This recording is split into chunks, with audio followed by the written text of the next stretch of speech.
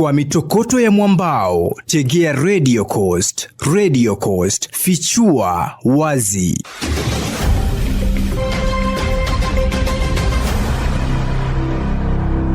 Tatizo la uhaba wa maji unaokumba wakazi wa Garashi katika eneo la Magarini, kaunti ya Kilifi, huenda sasa limezikwa kwenye kaburi la sahau baada ya uzinduzi wa kisima cha kutumia nishati. Mradi huo wa maji utakaofaidi zaidi ya wakazi 10,000 umefadhiliwa na wakfu wa British United Providence Association BUPA baada ya kilio cha muda mrefu cha wakazi. MC wa Garashi Theophilus Fondo amepongeza mradi huo akisema hatimaye wakazi watafaidika kupata maji safi ya matumizi. Coast Water wako na visima vyao pale. Lakini kwa hii miezi 6 iliyopita kulikuwa na kiangazi, na wakati wa kiangazi kulikuwa na shida ya maji. Tulikuwa tunafanya water rationing, na line hii ya huku pengine siku 2, line nyingine ya kuendea Marafa siku 2. Sasa watu walikuwa wanapata shida. Kwa hivyo changamoto zaidi ya wakazi wa sehemu hii ya Garashi Ward ilikuwa maji yanafanywa rationing, kwa sababu yalikuwa hakuna maji, hiyo visima vilikuwa. Janet Chanzera na Kaingu Karisa ambao ni wakazi wanasema walikuwa wakiteseka mno wakati wa mafuriko na hata wakienda hospitali kwa huduma za matibabu.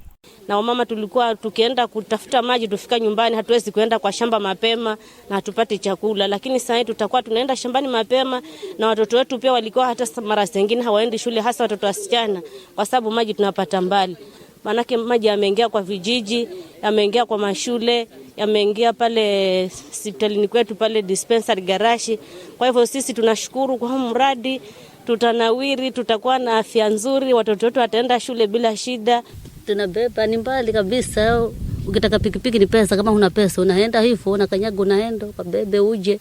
Kifika jioni kama huwezi unabaki hivyo na mtungi asubuhi, utakunywa maji tena mpaka kesho. Maji inaweza kutusaidia kufua, kunwa, kufulia, ndio tusaidia. Leo tunateseka sana, lakini tunashukuru Mungu ambariki. Kwa kituo kule Islamic kule juu, kani maji kaja ikatoka ghafula. Wale watu wanateseka, tunaenda kule chini tunafuta na mikono. Mradi huo utasambaza maji kwa umbali wa kilomita 4.